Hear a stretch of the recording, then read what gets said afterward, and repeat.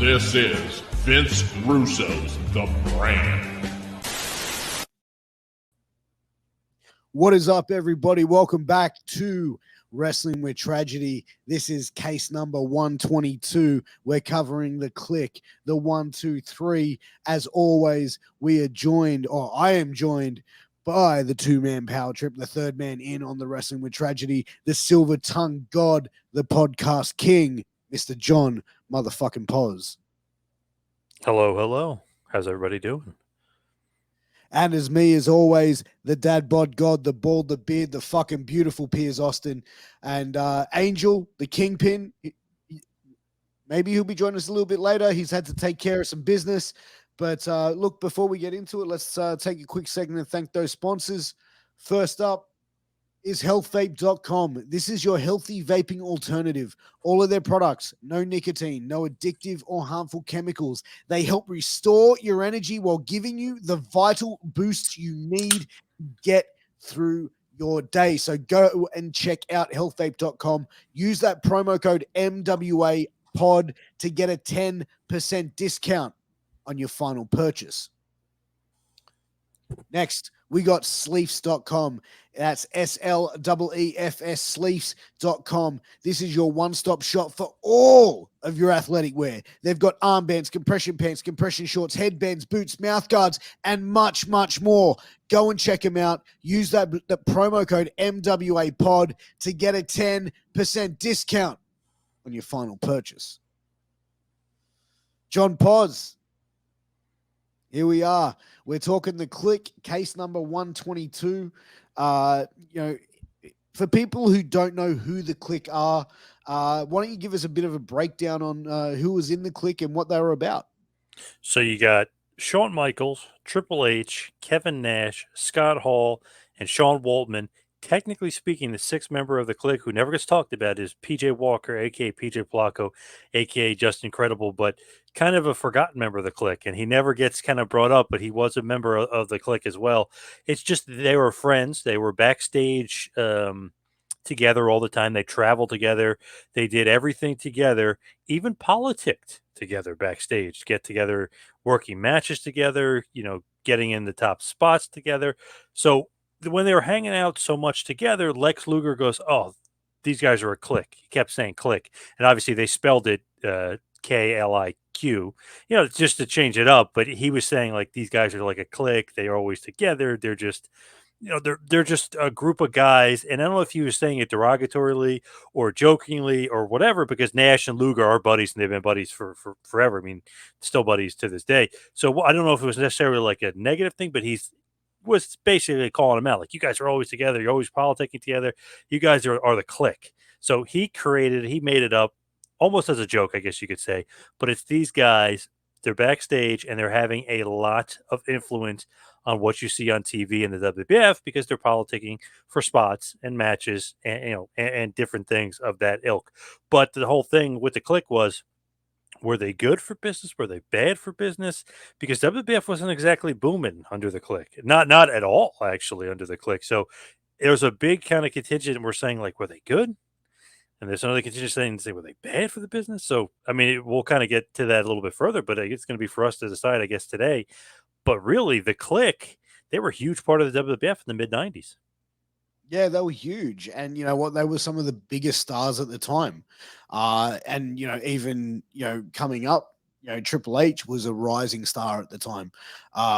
Same with Just Incredible. You know what I mean? Like, Just Incredible, I think, was definitely, I think at the time in WWF, like, probably wasn't given the greatest of gimmicks.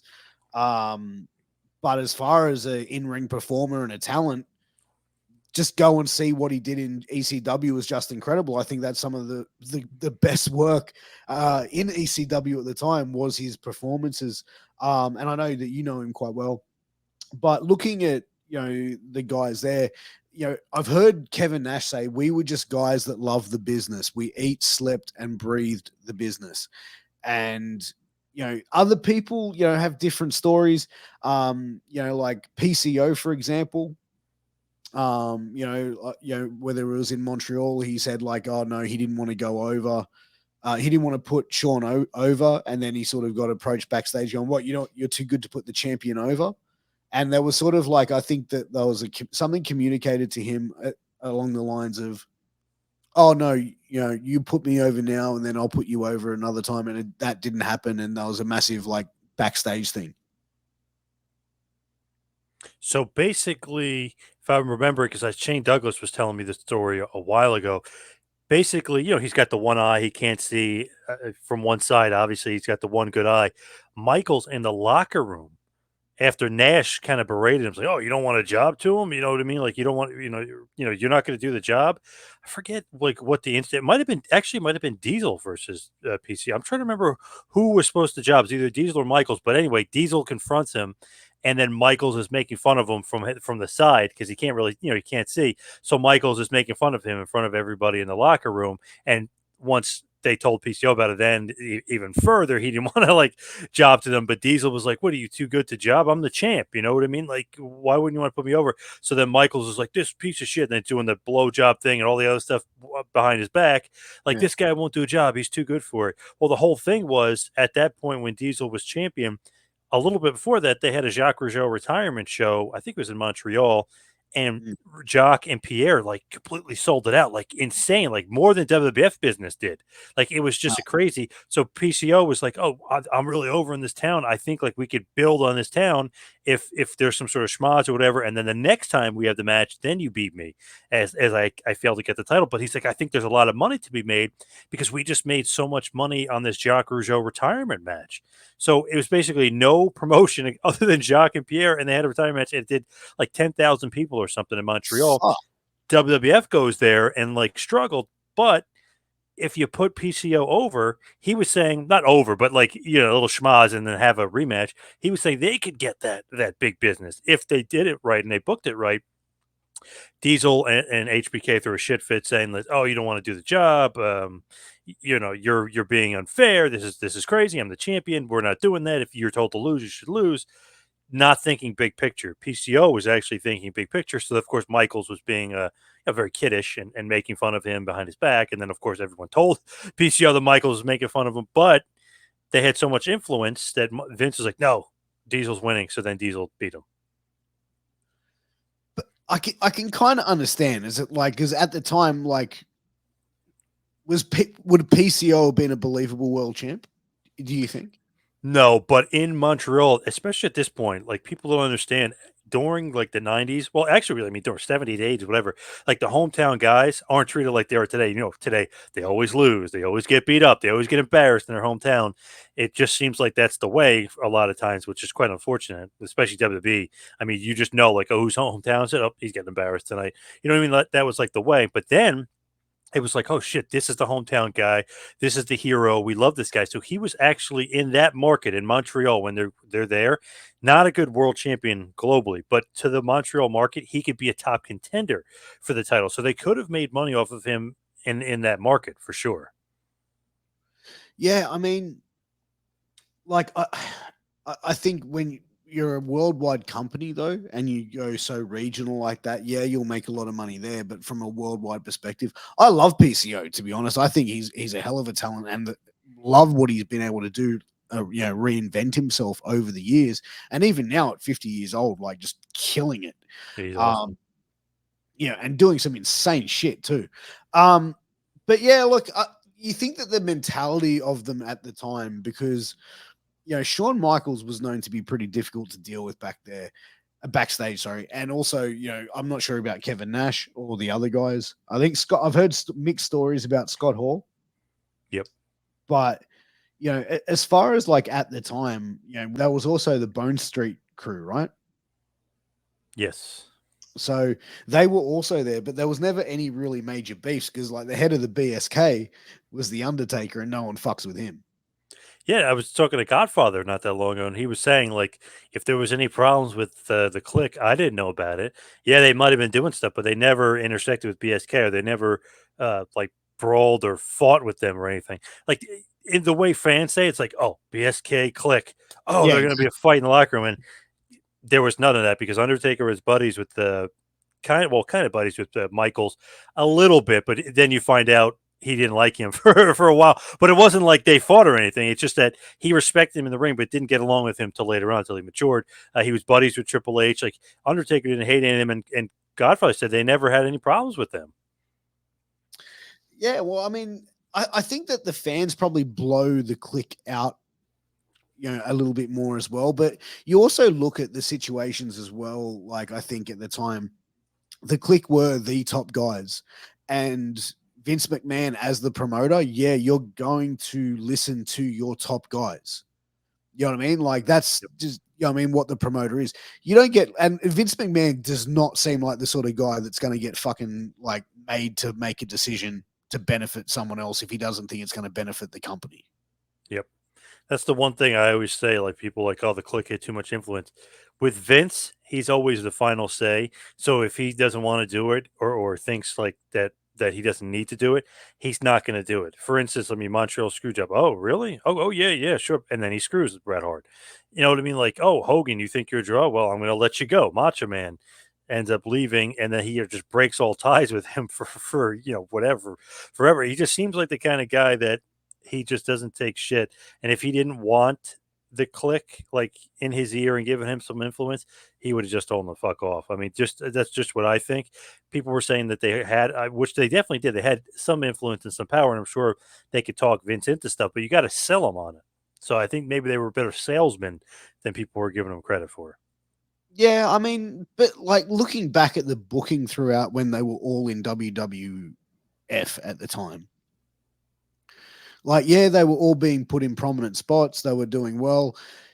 Sean Waltman as well was coming up. He had some amazing matches. But like, was there any real moment, do you think, that where you look back at the booking at the time and go, oh fuck, well, someone I mean? Like clearly that was a bit of favoritism going on here. I don't know, because there was a time when it was like, the heck was the match? It was like HBK and Diesel versus 123 Kid and Razor. So it's like, oh, these guys are together. You don't realize it then, but now you look at like, oh, they were trying to book themselves together. And then there's stories of Bret Hart saying that Michaels was like, I want to work with him, and him. And then Bret was like, so you just want to work with members of the Kliq, your friends? He's like, of course, I want to make money with my friends. And Bret's like, that's not how it should be, and that's not how you guys should be thinking. But it did seem like they definitely had each other's back. They wanted to work with each other, and I don't know. I mean, they definitely had influence, but it's not to the fact where you look back and you're like, man, they just ran roughshod like everyone Yeah. always says. I think it was a little bit of influence for sure, but you still had Undertaker, you still had Bret Hart, who was the top guy. So it wasn't like they were completely running roughshod. Yeah. And the thing is as well, like, of course, you want to work and, with your friends, right? Like if you want to get in there with your friends and wrestle. And I get that. But you can't then segregate yourself from everybody else. Right. And I think when you're a top guy, you kind of can pick who you want to work with. Like you look at now, like you don't think Roman Reigns is saying like, or Brock Lesnar gets to choose who he gets to work with.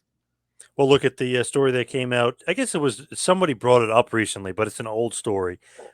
Oh, excuse me. Jinder Mahal was the champion, and Lesnar was due back to wrestle him. And he's like, "You going to take the title off of him?" And they're like, "What do you mean?" I forget which writer it was. Damn, was it Alex Greenfield? One of the writers. No, it couldn't have been him. Oh, it was probably Freddie Prinze Jr. Actually, was probably the one, if I remember correctly. But he was talking about it, and it was Survivor Series, I think 2017. And they're like, "What do you mean?" And Brock's like, "I'm not wrestling him. He's not on my level."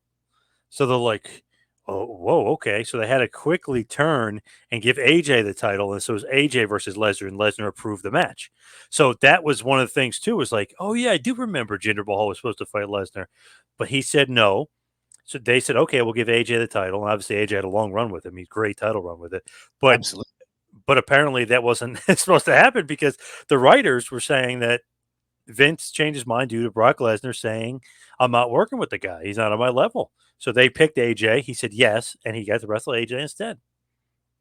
And see, that's where it sits, where like, guys can pick who they want to work with when you're at that top level.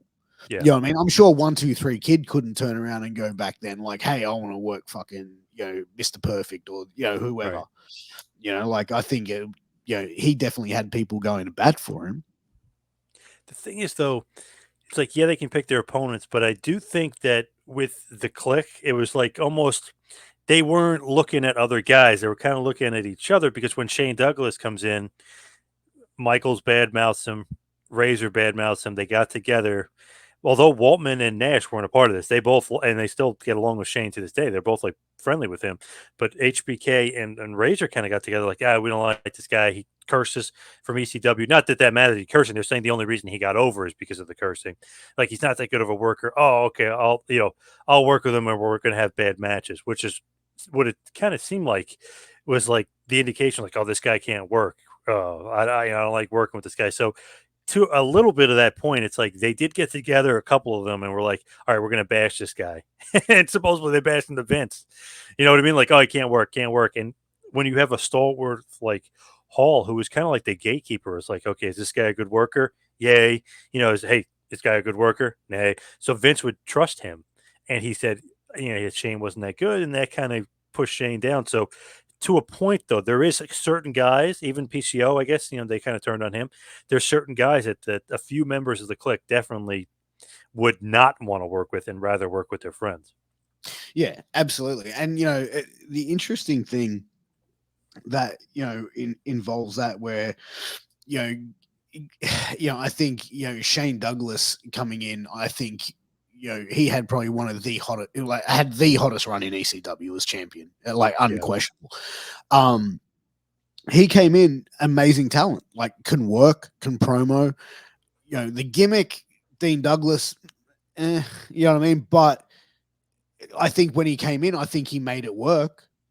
I think he put into it. And, I believe like even Shawn Michaels was the IC champ or something and refused to drop the belt to Shane. And they wanted Shane to be champion. And then like literally he vacates the belt. Shane's the awarded the title. Yep, Yeah, he literally hands it over to him. Yeah.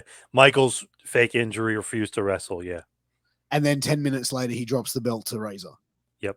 And it's funny going back and watching that match, like Ramon says he couldn't work. Shane was working his ass off. That was actually a good match. But the finish, so that which is obviously not on Shane at all, and I don't think it's on Razor either, but the finish was horribly constructed. So I don't know if that was Pat Patterson or whoever did the finish to that match.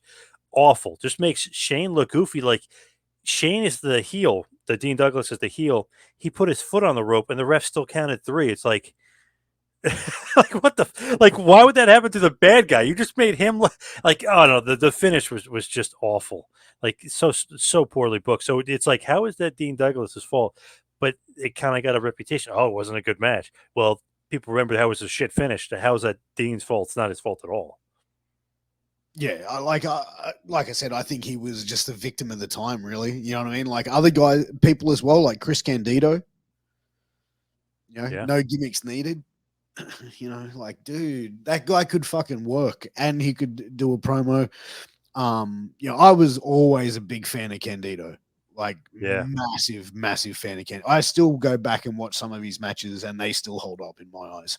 But with Dean, though, they did kind of neuter him because talking to Shane all the time about it, he was saying he didn't really like the bright blue.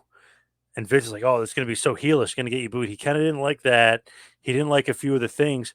Like they had him cut the promo, but he talked like this. And if you know a Shane Douglas promo, he's very energetic and he yells. Like he said, like that's the way he wanted Dean to be, like where he's quiet, but then he'd snap and be like, Bret Hart doesn't know how to execute excellently, or whatever. But Vince was like, no, he's like, I want you to be quiet and like subdued. So the booking on him was terrible. Just like whoever, if it gets Vince, like the idea like behind it, like it's a good idea and it could have worked, especially in that cartoony era. But they just kind of neutered him and made him boring, and everything that made him successful, they decided not to use it. Then they book him in shitty finishes, which don't help either. No. And I think like, putting him in that situation, but then like, because he wasn't there that long, was he? Like Shane like was there for like I want to say months or something. Yeah, no, like less. Yeah, and then he goes back to ECW, and I've heard like Shane say this on podcast that when Scott Hall turned up to have a run in ECW for a couple of matches, and Shane Douglas went up to him and approached him and said, "Hey, you need to realize where the fuck you are. and you can either apologize or you're going to get knocked the fuck out. Yep. They kicked him out of the locker room. Yeah. Oh, they actually kicked him out of the locker room. Well, Candido and Bigelow and Shane basically said, "You can't be here. You got to leave." They kind of like forced him out. I guess you could say kicked him out. They didn't really kick him out, but they just told him he needed to leave, and he left. Yeah, fair. What was the deal with Bigelow? Because I know that Bigelow had some beef with the Kliq. So he was in line to get this big push. So there's a couple things where you say the Kliq didn't have influence, but they definitely got Vince's ear and they definitely got him to change some things because he loses at WrestleMania 11 in the main event of a WrestleMania to LT with the promise that, okay, you're getting get a push after this because you did this job. You know, you're gonna do an amazing job for us. You're gonna help us sell this show. LT is gonna be the mantle, and he's gonna be the main event of the show. Obviously, he's a huge celebrity, one of the greatest football players of all time, probably the greatest defensive player of all time, up there anyway. So he was promised some world title shots or promised a push from that, and he never got it because supposedly the Kliq kiboshed it. Fuck. So they just basically just yeah, right. And because he would have been a believable champion in the time. Oh, Like yeah. as a Oh my God, yes. heel champion, heel world champion, that fucking monster, dude. Bam Bam Bigelow, one of the greatest big men ever to wrestle, ever. Yep. And you know what? Like like I never got a chance to speak to him. I don't know if you had, but he seems like he was one of those guys very intelligent. Met him when I was a kid. Actually, the last time I met him, I was probably in high school, at a show, local show, and he was, he was the main event or whatever. But just talked to him for a few minutes. Met him. Oh no, actually, years later at an autograph signing, I met him. So it's probably my 20s, early 20s. When I'm at an autograph signing, he was cool as hell. Just an awesome guy, very very smart. But you could tell definitely had some animosity towards the Kliq, and it wasn't one of those things where he's just like kind of making it up. He was saying it like very matter of fact, like, yeah, those guys screwed me. They went to Vince and they didn't want me to get this push. And because there was one point where Diesel was teaming with a babyface Bam Bam Bigelow. Remember Bigelow had the fire that came out, that weird suit that Yeah. he had that was like bright orange kind of in certain spots, and he had the fire shooting it. So like seemed like they were going in a direction with him, but he said that he was got the legs cut out from underneath him. And it's such a shame because it's like I said, that he deserved a run at the top. He deserved, and you know what? Like from everything that he did, like even when he went, and he did have success in ECW. I think he had a lot of memorable moments in ECW. Oh God, yeah. And then going on to WCW, where he wrestled there for I think up into the closing from Yeah.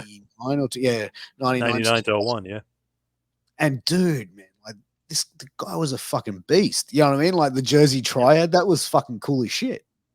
He was awesome. I mean, I love Bam and one of the greatest big men of all time. Bret Hart says he is probably the greatest, like wrestling as far as in ring big man of all time. He was unbelievable. But it's funny. It's like those guys in the Kliq didn't want to work with him, but Bret worked with them in '93 a bunch, and those matches are freaking great. There's the match in Spain that's great. The King of the Ring '93 finals are freaking great.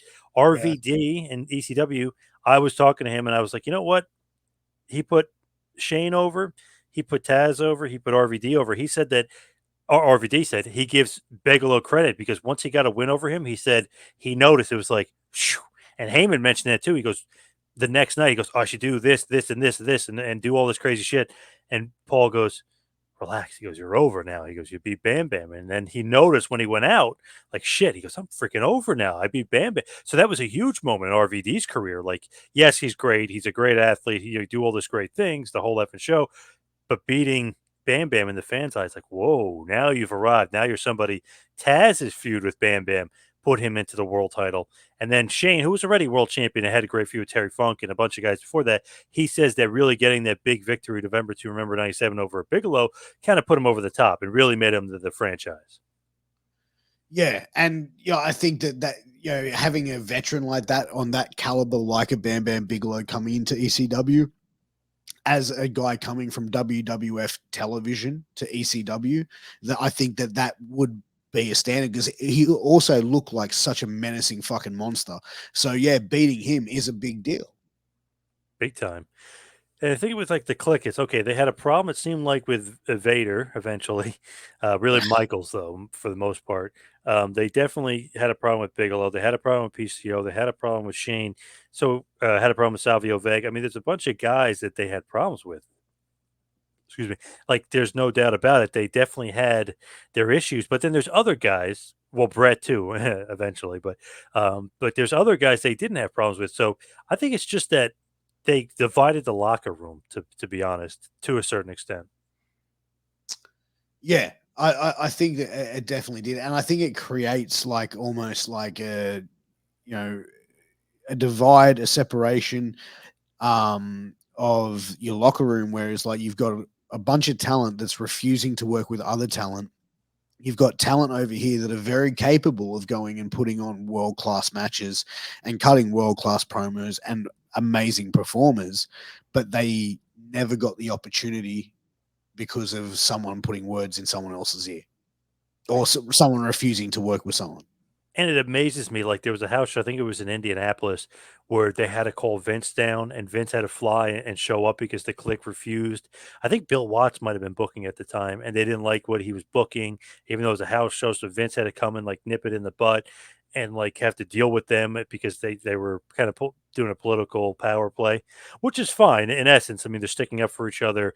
Maybe they want more money or better payoff, or they want better booking, or they didn't like what was going on, and that's fine to a certain extent. But you do have to listen to the boss. You do have to do what they're saying. But Vince went down there and had a meeting with them. I don't know if you could say he kowtowed to him, but he agreed to, what they were, or maybe they came to agreement together. They kind of negotiated back and forth, and it kind of went on from there. But to me, I always was astonished at this because if you look at the numbers and you look at everything that was going on with WWF at that point, the Kliq wasn't that big of draws.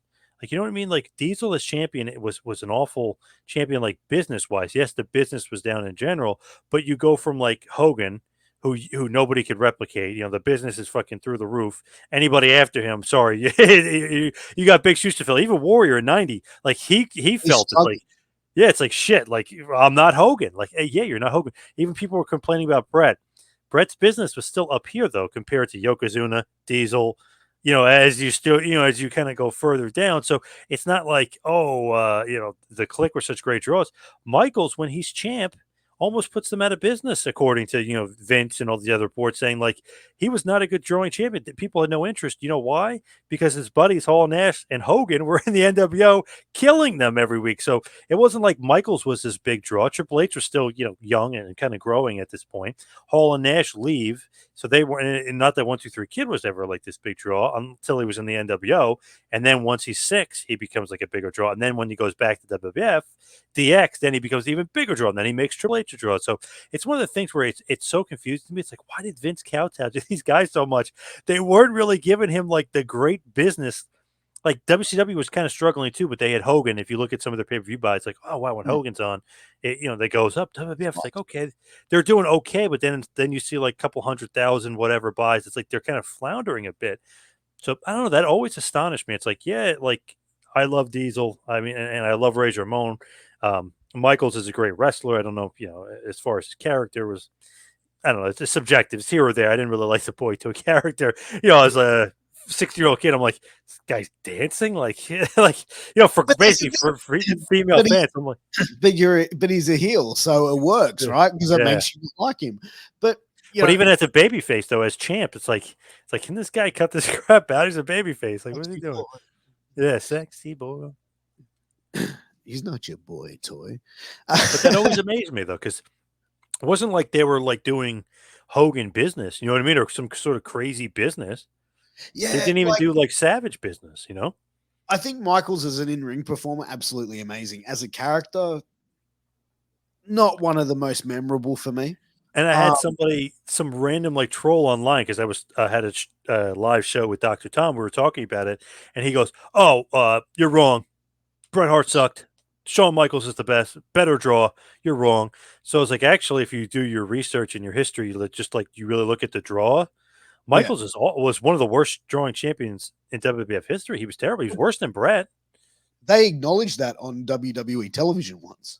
Remember, like Dusty Rhodes going, "Oh yeah, who was beating you then?" Like, "Oh, who was the champion at that time?" And Michaels, like, and it was like, that's the funny thing too, because he said to Hall and Nash, he goes, "Good luck trying to beat me when I'm champ," because they're going to WCW. Yeah. Man, did he eat his words on that one? Because Nash says in interviews, and he jokes around. He goes, "Man, he ate his words," and he's like, thinking to himself, "Shit, I was wrong. Like they weren't interested in me. They were interested, obviously, in Hulk turning heel, Hall and Yeah. Nash, and the NWO. I mean, they shit on them. I mean, they were at a point where Vince is like, "Fuck, we got to cut costs, and we got to do this, and we might go out of business. They're going to kill us, and we got to make a change." They go with the Attitude Era. As soon as you go with the Attitude Era, guess who's basically gone? Michaels. I know he was injured, but if you look at it leading up to it, Vince is like, "Fuck you, Michaels. I got Steve Austin now. Like I got to draw." You know what I mean? Yeah. I'm riding this wave. So, he basically kicks Michaels to the curb because, the hot thing, the hot commodity is there. But also, like, we look at, like, going back a little bit, the curtain call that happened. Yeah. The only person to get punished from that was Triple H. And, Hunter, to his credit, he ate shit for a long fucking time. You know what I mean? Like, he ate shit for 12 months and he kept his mouth shut. He stuck it out. And, look at the career he had. See, there's a little misconception about that show, which I always laugh at, being from the area. Yeah. Like in the paper, when you get the papers, they'll have WWF if they're at MSG for a big show. They'll have WWF, full page or half page. They'll have cutouts of the shows, and they'll have advertising. And for that show, so you get Michaels versus Diesel in the cage, and I think it was a Razor against Triple H. I think had a match. But the whole thing was everyone was saying, "Whoa, that was the first show that they sold out in like 3 years or 4 years or something like that at MSG." They were not selling well, so that kind of looked at like Diesel was the champion. It didn't sell out like Yokozuna, Shawn Michaels. Like none of these guys selling out the MSG, and they're like, "Oh, the Kliq." Even on they took credit. "Oh, we sold that MSG that night." Guess what was the advertising and the only advertising for that show? What was it? The Ultimate Warrior's return to MSG. Oh, fuck. Well, there you go.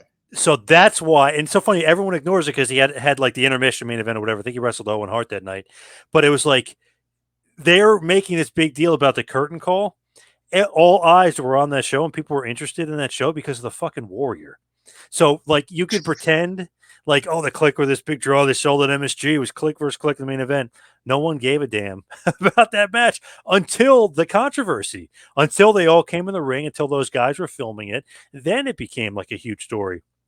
But and Vince supposedly gave it his blessing, and then when the show was over and everybody got pissed, Vince was like, "Oh no, fuck it, I didn't give my blessing," even though he did. Yeah, exactly. You fucking fucked everybody. Yeah. But but that's the thing. Like, but going back, like Triple H having to sit there and go, you know what, Hall and Nash have left. Yep. Michaels is the champ. He can't be touched. Triple H was the only one there. Imagine if X-Pac was in the ring as well. Yep. And was PJ still working there at the time? Yeah, he was still there. So imagine if they were all in there, right? PJ and probably would have been fired. Exactly. Immediate release. I'm surprised they didn't release Hunter. I feel like they couldn't punish anybody, and Vince was like, "All right, I'm gonna really get one of you. I'm gonna get you." Like he was gonna have fun with it, like hog pen matches, throwing him in slop and like, just doing all this ridiculous stuff, jobbing to Duke Drosty. And, not that that's bad, but it's just like, you're going to make him, you're going to make him into like a loser, eat shit. He's going to job. Let's see what you're made of. And Triple H took it to his credit. I mean, he really took the ball after that. I mean, he ran like, okay, you want to do this? I'll make it work. So whatever they tried to do with him, that's like the true professional. And you could tell how much his passion is for the business, how much he loves the business. I'm not a big Triple H fan, but you got to respect him for that. Oh, dude, absolutely. See, I am a Triple H fan. I think that he was a pretty cool character once. Even when he broke away from DX, I thought he had a pretty cool entrance and a pretty cool thing about him. But going into that now, it's like the Kliq. Half of them goes over to WCW with Hall and Nash. Yep. Hall and Nash go over. Michaels, Triple H, 1, 2, 3 Kid, and PJ still in WWF. 96, I think, is when Sean Waltman goes over to WCW. Am I correct? I was like late 96. So Fall he goes 96, yep. So he goes over in fall of 96. He joins the NWO as 6. Triple H, and Michaels are now there. They've kind of like, I think 97, they formed D-Generation X. Yep. Do you feel D-Generation X was like formed to be a competitor for the NWO? Oh my God, without a doubt. I think it's like one of the biggest ripoffs in the history of the business that people, because WWF won the war, they always say like DX was great.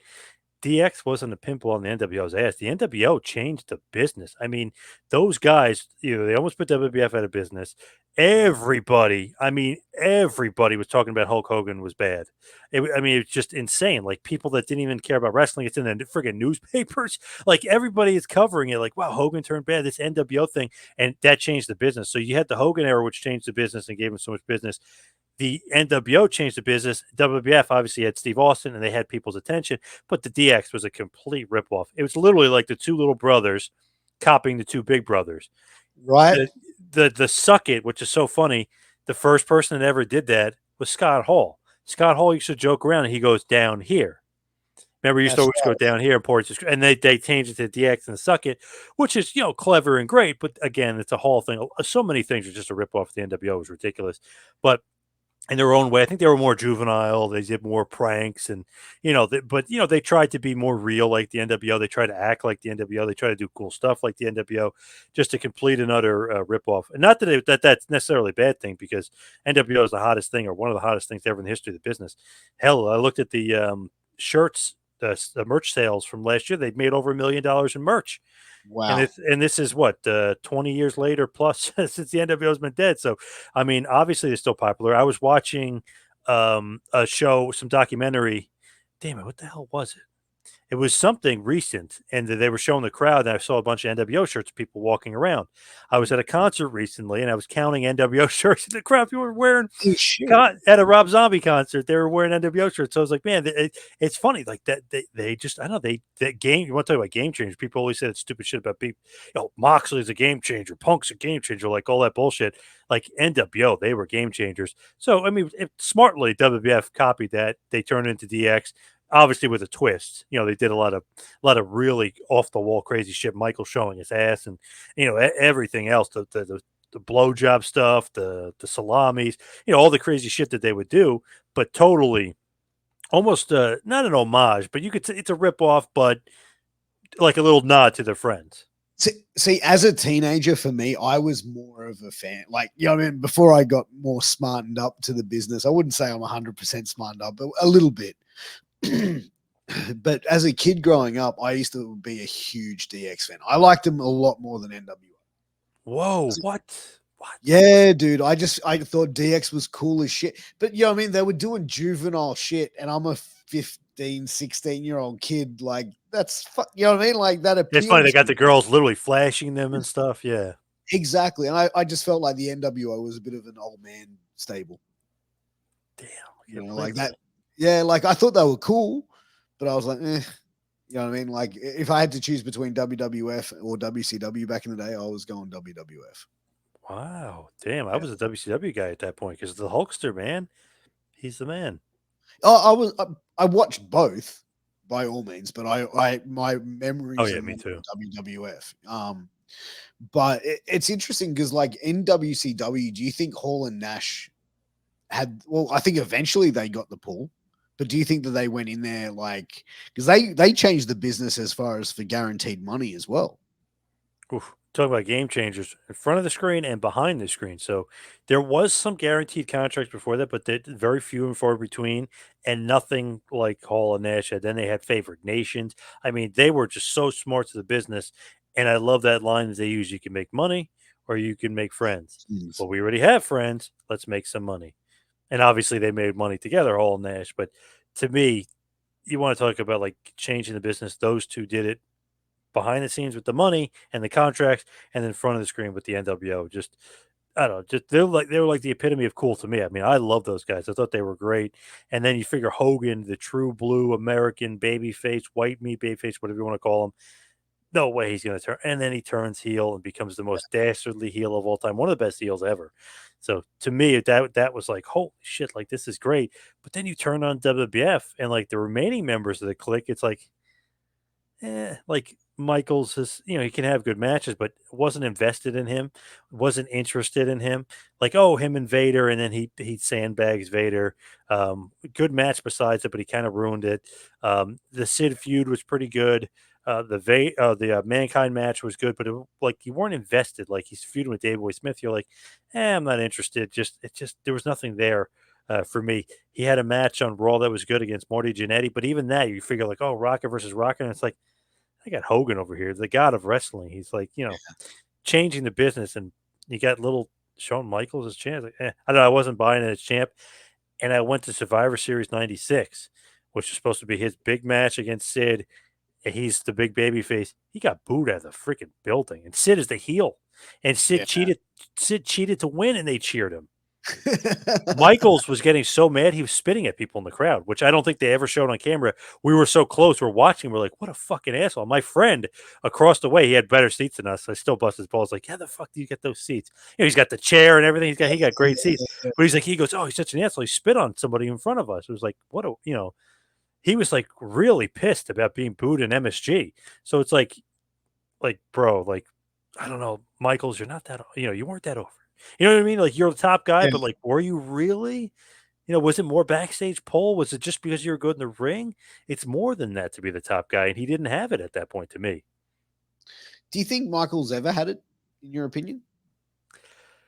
It's tough to say because when he came back in '02, I feel like he really like came into his own, and then he's kind of like the elder statesman, and then it's like he's such a good worker. He's like teaching these other guys, like he's a young Randy Orton. You could tell, like he's teaching these guys to work. He's having a great feud with Triple H, and they had a bunch of good matches. And it's not like Triple H is a bad worker, but it's like Michaels elevated him because Yeah. you could see Triple H with other guys like, wow, that wasn't that great of a match. And then he's wrestling Michaels like, oh, there's Triple H. He's what a great worker. And then he goes back and works somebody else. Like, oh, Triple H isn't that great. You know what I mean? It's one of those things where I feel like when he came back in '02, he kind of really showed the elder statesman, the veteran, that the almost like more of a character, even though he went to more like the religious stuff. I feel like he almost developed a better character to me because he was like that grizzled veteran that wanted to prove he still had it, like the old gunslinger that wants to have one last gunfight. So I liked him more on his return than in Yeah. the '90s, because in the '90s it was like, man, like you weren't drawing. The WWE was killing you, and like the whole time you're champion, you guys didn't do shit. So to me, it's like when he came back, then he became a little bit more of a draw. He got a little bit more of attention. And then, forget about it. If you compare the guys of today, he like craps on them. I just think he's a way superior worker to everybody today. So it's not a knock on him saying that he wasn't draw. I mean, I just think he was more of a worker, wrestler than he was like character draw until '02 when he kind of was that like old gunslinger type. Yeah, and like I kind of feel like, because like you think, who was Michaels' biggest dance or most synonymous dance partner? Bret Hart, Bret right? Hart, probably. Yep. Bret Hart as an in-ring performer, amazing. As a personality, you know what I mean? Like, I'm gonna go out there and I'm gonna go over and I'm gonna be the champion, and I'm gonna go back to Canada and I'm gonna be the champion there too, and then I'm gonna go all around the world and represent Canada. And bro, like it was, I felt like with Bret Hart, his promos were all the fucking same Until '97, though, when he turns heel and does that like anti-American stuff, I feel like that was some of the best stuff of his career. Because everyone always said I agree. Michaels was a better promo, but Michaels was never like best promo in the business. For 1 year's time, or months time, Bret Hart was the best promo in the business doing that stuff because the crowd absolutely hated it. And what he was saying was true. They have free health care. Like, they still treat the elderly good. Like, he was bringing up all this stuff like, oh, Pittsburgh is the toilet bowl of America. New Jersey is the armpit of America. Like, wherever he was, he always had like a good, funny promo. So I feel like when he was doing the Canada versus USA stuff, that's when he really got some momentum and they really started building some good stuff. But it's funny with him and Michaels, like, you never kind of knew, like, there was some heat there, but there was like nuclear heat there. You know what I mean? Because you, like, as a kid, you're like, oh, this is part of the storyline. And oh, he's mentioning stuff that inside baseball, but it can't be inside baseball. This is, you know what I mean? Like, it's just one of those things where like they definitely brought, I think, good stuff out of each other. Oh, absolutely. I think they were great. And I think when fights, go backstage, because Shawn Michaels and Bret Hart apparently had a massive fight backstage where like Bret Hart apparently ripped like chunks of hair out of Shawn Yeah. Michaels' Yep. head, and then he went to Yep. and he went into Vince and said, "This is an unsafe working environment. Yep. You're a professional wrestler." You know what I mean? Like it's for Shawn and Bret, shit sort of like turned really real very quickly, but as far as the looking at the Kliq and what they eventually became, like Triple H went on to become a multiple time world champion, Hall of Fame legendary career. Shawn Michaels, same thing. Scott Hall, same thing. Nash, same thing. Scott Hall never being a world champion, to me, I find like that to be a bit of a Blasphemy. Yeah. I think so, but like looking at it at the time, like where he was going, like I mean, on the road, like how intoxicated was he? Like what did they need to do to get him to perform? Yeah. Couldn't trust him. Yeah. So, like as a world champion, as a top guy, can you really invest in someone like that? You can't. Definitely, you can't. I mean, But it comes down to like responsibility, and if they felt like he couldn't be responsible, how can you make him the champ? I would have made him champ no matter what. 'Cause I thought he was awesome, but obviously they dude, felt differently. Yeah. the wrestling fan in me, he should have been multiple time world champion, Oh but God, yeah, yep, looking from a business perspective, yeah. it made Can't do sense it, not to or do they it. felt they couldn't do it. Yeah, Because like he could have very well had a run in WCW, but I felt like that's when he was probably at his worst near yep, the end, like yep, a few years there. So, yep. I mean, overall now looking at the Kliq and what they've accomplished, I think overall they've been able to sort of have some legendary careers. X Pac is as a in the Hall of Fame under DX and NWO, I think, or they maybe just DX, but where do if the Kliq had not formed, do you think that, say, the members would have had prominent careers like they did? That's tough to say because if you think about it, them kind of forming and becoming that big unit helped all of them. Because if you pissed off one of them, you pissed off all of them, so it helped them. But I do think because talent would have overridden. I know Michaels, we could say he's not a great character, but he's still a great wrestler, and he was Absolutely. over to a big extent. I just don't think he was that Hogan level or like Macho Man level guy. He's like that tier maybe below, which is fine, which is great level to be at. But I just don't feel like he was that like mega star like a Hogan and Macho Man or Austin and Rock or something. He was like the big star that was a great hand to me. Like the thing that would have he could have had maybe a shorter title run or a couple little title runs or something. I just don't think he was the guy to build around. But Nash obviously had charisma through the roof. Scott Hall was unbelievable. Waltman was great. Triple H would eventually become good. So I think talent would have ridden out anyway, and I think they would have gotten where they wanted to get. But the Kliq was a good thing to have at that point, just for political reasons, and I guess really for like their friendship. It was great to have that camaraderie with guys that you get along with. Yeah, no, I agree. I think.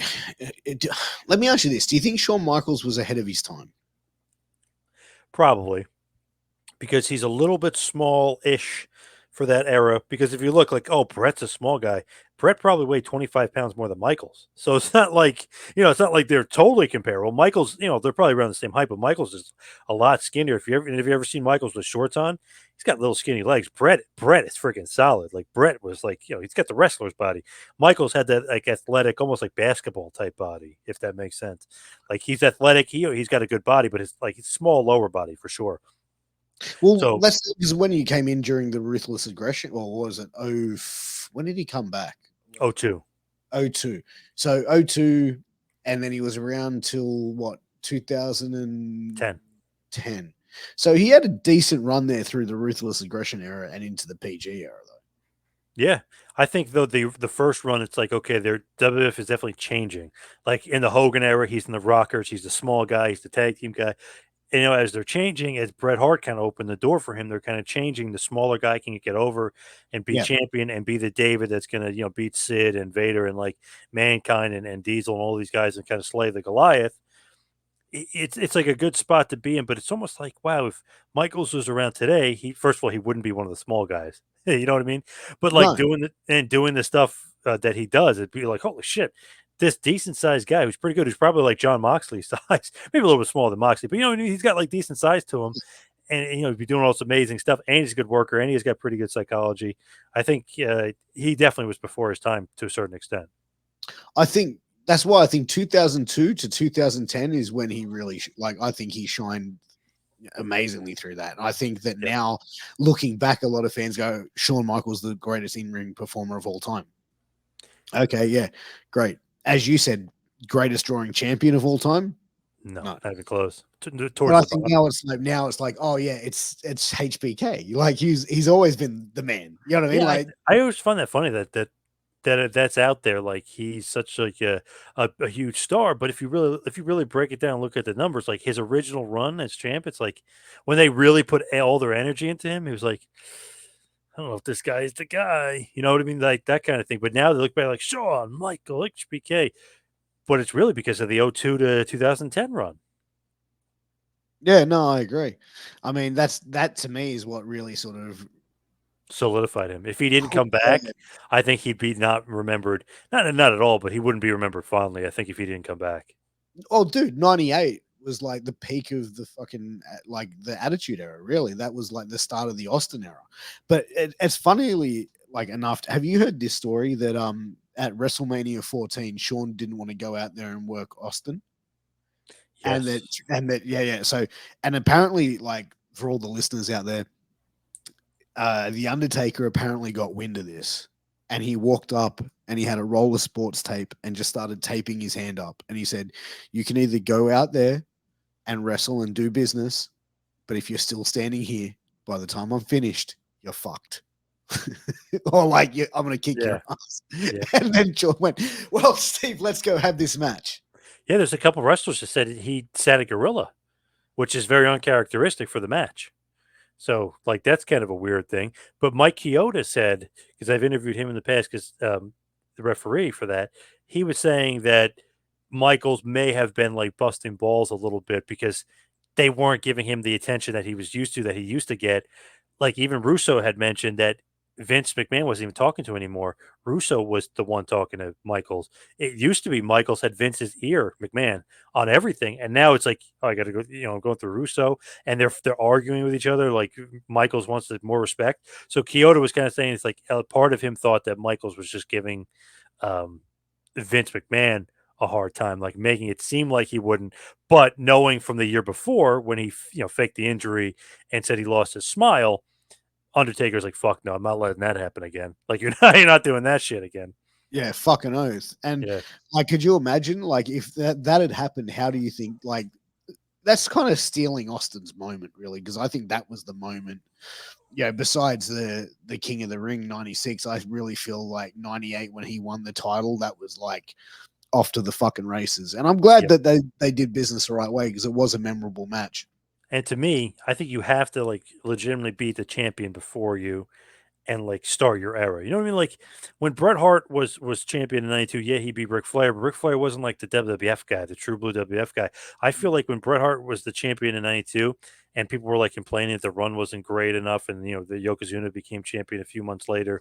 Well, more than a few, but at WrestleMania 9, and then Hogan and back and forth. But the whole thing was like he didn't beat Hogan. He didn't beat Savage on TV. He didn't beat Warrior. Like I feel like Yeah. you have to beat like the guys or one of the guys that was like the stalwart. And I feel like Michaels was that stalwart. Austin had to beat him, and I feel like that pushed him, like you said, pushed him into the level he needed to be at.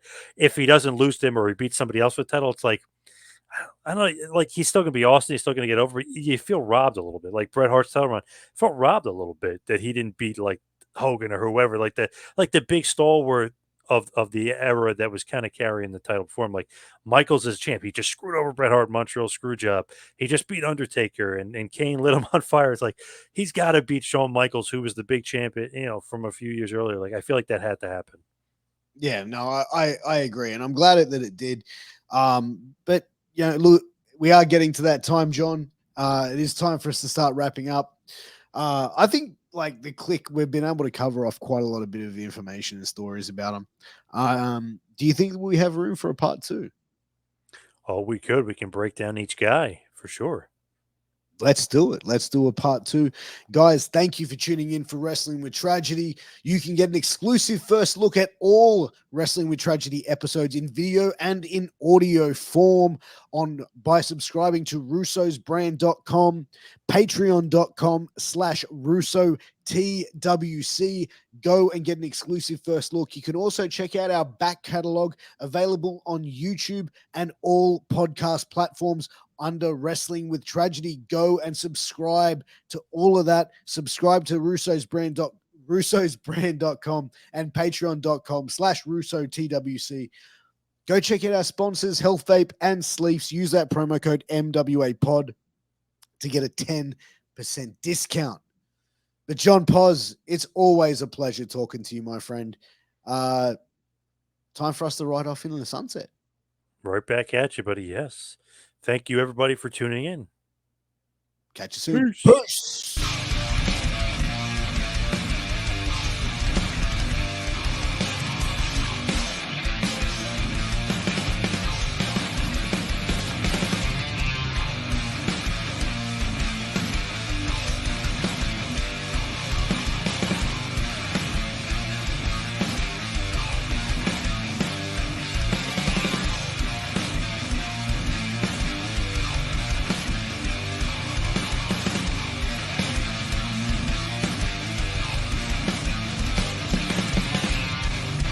This is Vince Russo's The Brand.